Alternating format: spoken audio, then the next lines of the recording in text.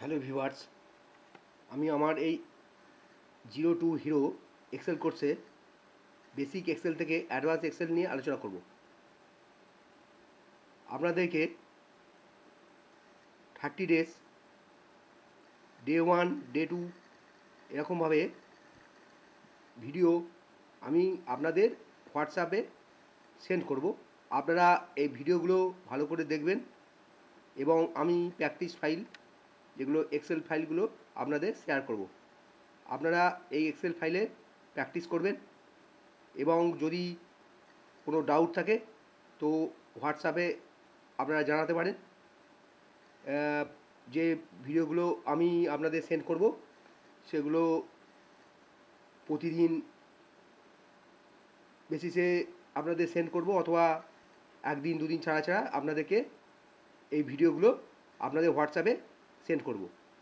আপনারা এই ভিডিওগুলো ভালো করে দেখবেন এবং রিগার্ডিং কোনো কোয়ারি থাকলে আপনারা অবশ্যই তার সলভ করার জন্য আমাকে মেসেজ করতে পারেন।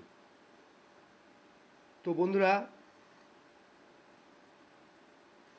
তো আমি এক্সেল কোর্সটাতে বেসিক যে এক্সেল থেকে অ্যাডভান্স এক্সেল যে ফাংশানগুলো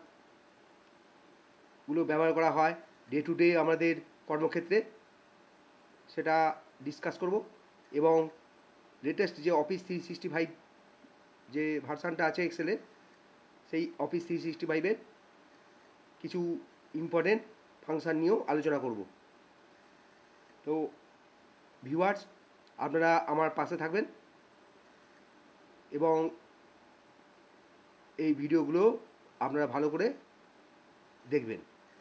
তো আজকে আমরা বেসিক এক্সেল সেশনটা নিয়ে আলোচনা করছি। তো এখন আমরা জানব কিভাবে এক্সেলটা আমরা ওপেন করব।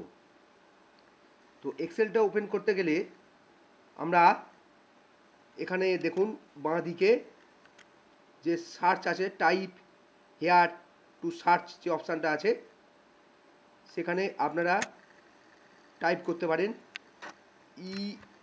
EXCEL Excel. দেখুন টাইপ করার পর এখানে এক্সেল চলে এসেছে। এবার এটাকে ডবল ক্লিক করলে এক্সেলটা ওপেন হবে, অথবা আপনারা এটাকে সিলেক্ট করে এন্টার প্রেস করলেও আপনাদের এক্সেল শিটটা ওপেন হয়ে যাবে। এবার আর একটা প্রসেসে আপনারা এক্সেলটাকে ওপেন করতে পারেন। সেটা কিভাবে করবেন? আপনারা প্রেস করবেন কিবোর্ডের উইন্ডোজ কিটা, প্রেস করে আপনারা প্রেস করবেন আর, অর্থাৎ উইন্ডোজ আর। এবার দেখুন একটা রান কমান্ড বক্স খুলেছে। এখানে ওপেন যে অপশানটা আছে, দেখুন এখানে আপনারা টাইপ করবেন EXCEL এক্সেল করার পর এখানে ওকে যে আছে ওকেতে ক্লিক করবেন। এক্সেলটা ওপেন হচ্ছে।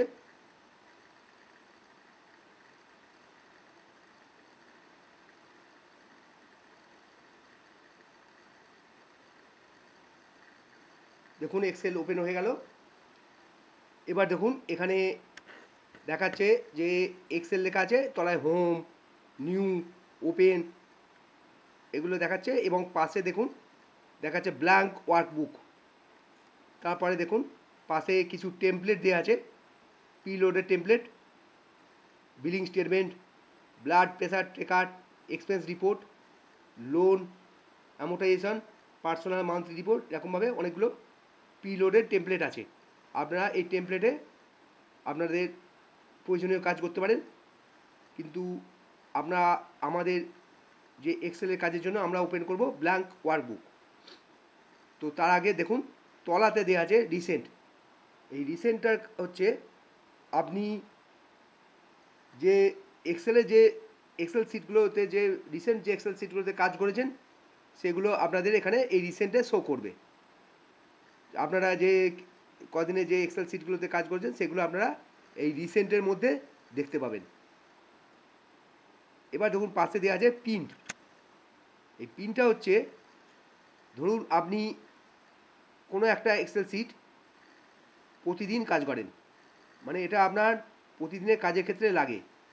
তো এই এক্সেল শিটটাকে আপনি প্রিন্ট করে রাখতে পারেন। আপনার যে এক্সেল শিটটা আপনি মানে বারবার কাজ করেন, সেই এক্সেল শিটটা আপনি খুঁজে বার করতে অসুবিধা হয়, তো সেক্ষেত্রে আপনি প্রিন্ট করে রাখলে এখান থেকে আপনি এই প্রিন্টের মধ্যে গিয়ে দেখতে পাবেন। তো সেখান থেকে আপনি ওপেন করে আপনার এক্সেলে যাবতীয় কাজ করতে পারেন। এখন আমরা ওপেন করব ব্ল্যাঙ্ক ওয়ার্কবুক। এটাকে সিলেক্ট করে ওকে করলাম। ওকে করার পর এই আমাদের ব্ল্যাঙ্ক ওয়ার্কবুকটা ওপেন হলো। এবার যে সিটটা খুললো, এইটাকে পুরো যে সিটটা খুললো এটাকে বলে ওয়ার্কবুক। এটাকে বলে ওয়ার্কবুক। এবার দেখুন উপরে যে file, home, insert, page layout, formula, এই যে এগুলো আছে, এগুলোকে বলে ট্যাব। এটাকে বলে ট্যাব। এবার দেখুন এখানে যে একটা বক্স দেখতে পাচ্ছেন, এটাকে বলে নেম বক্স। এটাকে বলে নেম বক্স। এই যে বক্সটা দেখতে পাচ্ছেন এখানে, এটাকে বলে নেম বক্স। আর এখানে যে এই যে এটা আছে, এটাকে বলে ফর্মুলা বার। আপনি এখানে যা কিছু লিখবেন সেটা ওই ফর্মুলা বারে শো করবে।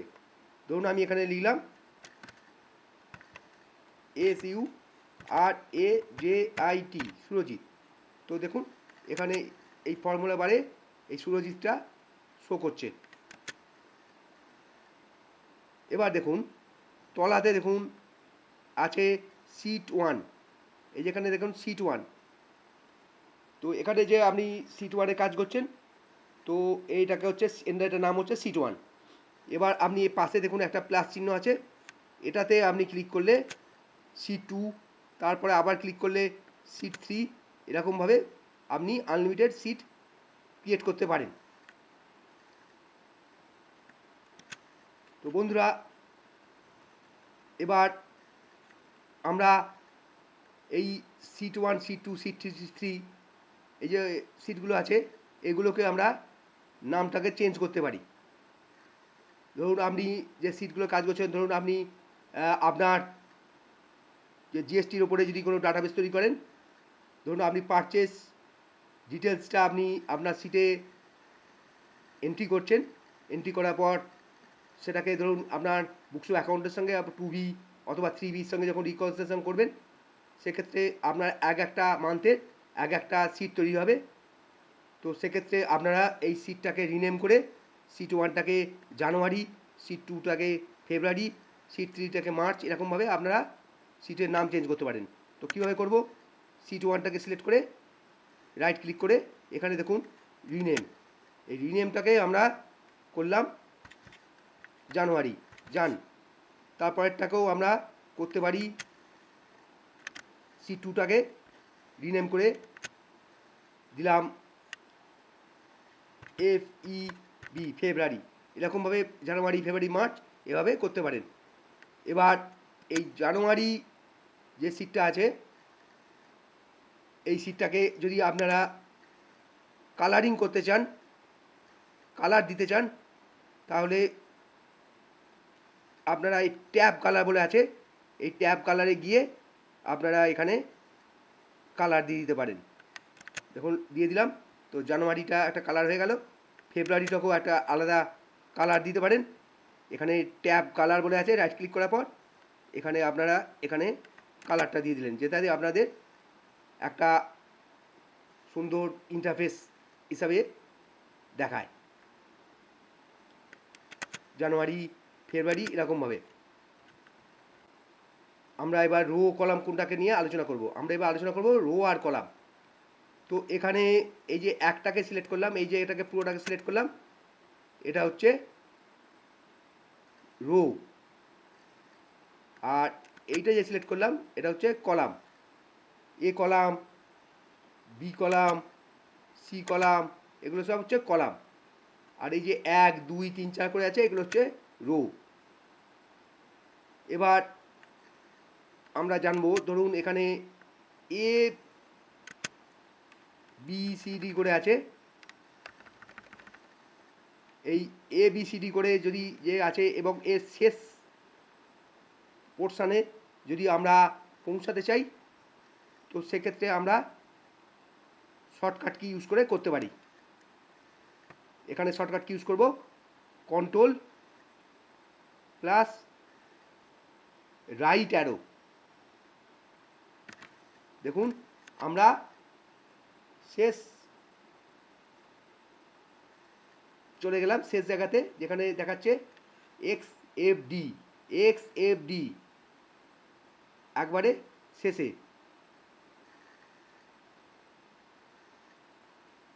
এবার যদি আবার আমি এতে ফিরে আসতে চাই, তখন আবার শর্টকাট কি ইউজ করব, কন্ট্রোল প্লাস লেফট অ্যারো। দেখুন আমরা এতে ফিরে এলাম, আবার control plus left arrow right অ্যারোটা প্রেস করলাম, দেখুন এক্সএফ ডিতে চলে গেছে। এর টোটাল যেটা আছে টোটালটা, এক্সএফ ডি যে টোটালটা 16,384। এই আপনারা যদি হিসাব করে দেখেন বা গুনে দেখেন তাহলে দেখবেন 16,384টা আছে। এবার এই যে 1 2 3 4 করে যেগুলো আছে,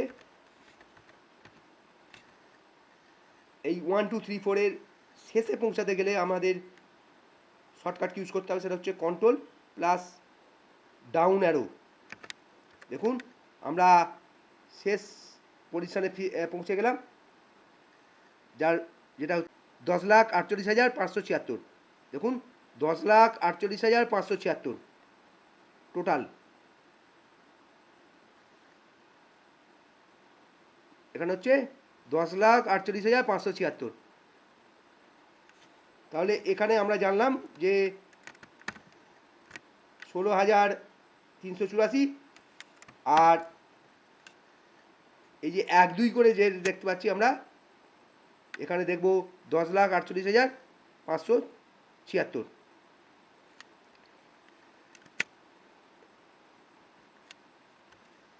তাহলে আমরা রো কলাম সম্বন্ধে একটা আইডিয়া পেলাম। এবার আমরা যদি এই সিটটাকে যদি জুম করতে চাই, তাহলে আমরা দুটো প্রসেসের মাধ্যমে করতে পারি। দেখুন একটা হচ্ছে আমরা কন্ট্রোলটা চিপে মাউসটাকে যদি স্ক্রল করি, স্ক্রল বটনটাকে যদি আপ করি, তাহলে এটা জুম হয়ে যাবে, এবং যদি ডাউন করি তাহলে আবার জুমটা কমে যাবে। এছাড়া এই নিচে দেখুন ডান সাইডে একটা, দেখুন এখানে জুম একটা বার দেখাচ্ছে, এই বারের দেখুন একটা প্লাস আর মাইনাস আছে, জুম ইন আর জুম আউট। এই জুম ইনে যদি আপনারা এই প্লাস চিহ্নটা যদি ক্লিক করেন, দেখুন এটা জুম হয়ে যাচ্ছে। এটা আমরা 400% পর্যন্ত জুম করতে পারি। আবার এটাকে যদি জুম আউট করতে যাই, তাহলে আবার মাইনাস চিহ্নটাকে প্রেস করব, প্রেস করলে এটা জুম আউট হয়ে যাবে। তো এভাবেই আপনারা zoom in zoom out use করতে পারেন। এবার দেখুন এখানে যে আমি একটা সিলেক্ট করলাম, এই যে বক্সগুলো আছে এখানে যে সিলেক্ট করলাম, এটাকে বলে সেল, CELL,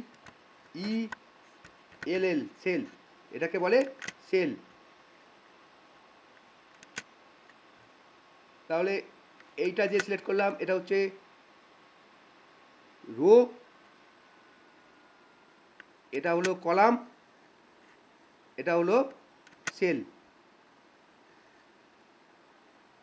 তাহলে রো কলাম সেল সম্বন্ধে আমাদের একটা আইডিয়া পাওয়া গেল। এবার আমরা জানবো যে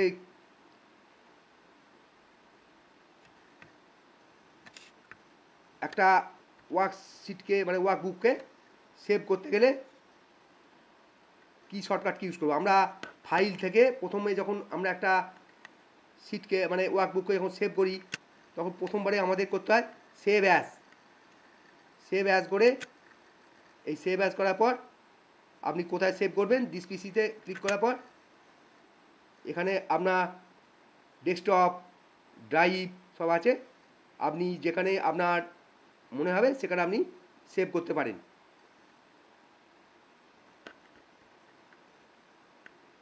তারপরে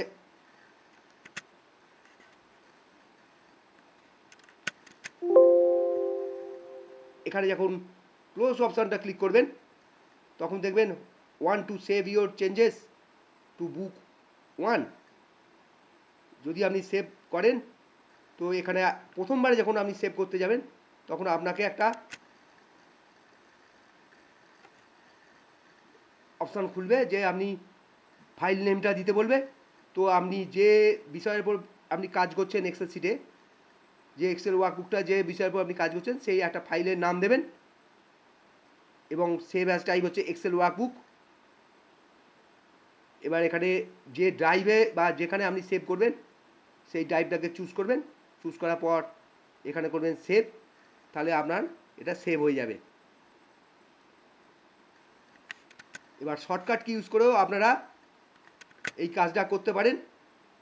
তো সেক্ষেত্রে আপনারা ইউজ করবেন Ctrl+S। তো Ctrl+S করার পর দেখুন এখানে সেভ অ্যাসে সিলেক্ট হয়ে গেছে। এবার এখান থেকে আপনারা যেখানে সেভ করবেন সেখানে সিলেক্ট করে চুজ করে সেখানে গিয়ে আপনারা এই ওয়ার্কবুকটাকে সেভ করতে পারেন। এবার আমরা সেভ করা রো, কলাম, সেল, শিটের নাম চেঞ্জ করা, হ্যাঁ, এসব নিয়ে জুম ইন জুম আউট নিয়ে আলোচনা করলাম। একটা ইন্ট্রোডাক্টরি একটা লেসন আমরা আজকে উপস্থাপনা করলাম। এবার পরবর্তী ভিডিওতে আরও বিশদে আলোচনা করব। তো আপনারা ভিডিওটা দেখবেন। যদি আপনাদের কোনো কোয়ারি থাকে এই রিগার্ডিং আপনারা অবশ্যই করতে পারেন। এবার আমরা এই এক্সেল ওয়ার্কবুকটাকে যদি বন্ধ করতে চাই তাহলে কি করে বন্ধ করব? তো আপনারা এই পুরো জিনিসটাকে বন্ধ করতে গেলে আপনারা ইউজ করতে পারেন Alt+F4। Alt+F4 করলে আমাদের এই ওয়ার্কবুকটা এই যে পুরো এক্সেলটা বন্ধ হয়ে যাবে। এক্সেলটাকে বন্ধ করে দিচ্ছি। তো সেক্ষেত্রে আমরা ইউজ করব Alt+F4।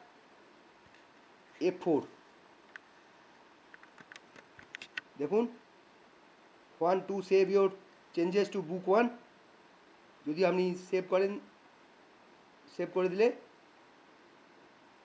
পারেন, অথবা আপনি যদি না সেভ করবেন না ডোন্ট সেভ, তাহলে ডোন্ট সেভ করবেন। তো আমি সেভ করছি না, আমি ডোন্ট সেভ করে দিলাম। দেখুন এক্সেল শিটটা বন্ধ হয়ে গেল। তো ভিউয়ার্স আজ এই পর্যন্তই। পরবর্তী ভিডিওতে আমরা আরও এক্সেল নিয়ে আলোচনা করব, আরও বিশদে এক্সেলটাকে প্র্যাকটিক্যালি কীভাবে ব্যবহার করা হয় সেটা নিয়ে এগিয়ে যাব। তো ভিউয়ার্স আপনারা ভালো থাকবেন, সুস্থ থাকবেন এবং আপনাদের পজিটিভ অথবা নেগেটিভ মতামত জানাবেন। আপনারা ভালো থাকুন, সুস্থ থাকুন। ধন্যবাদ।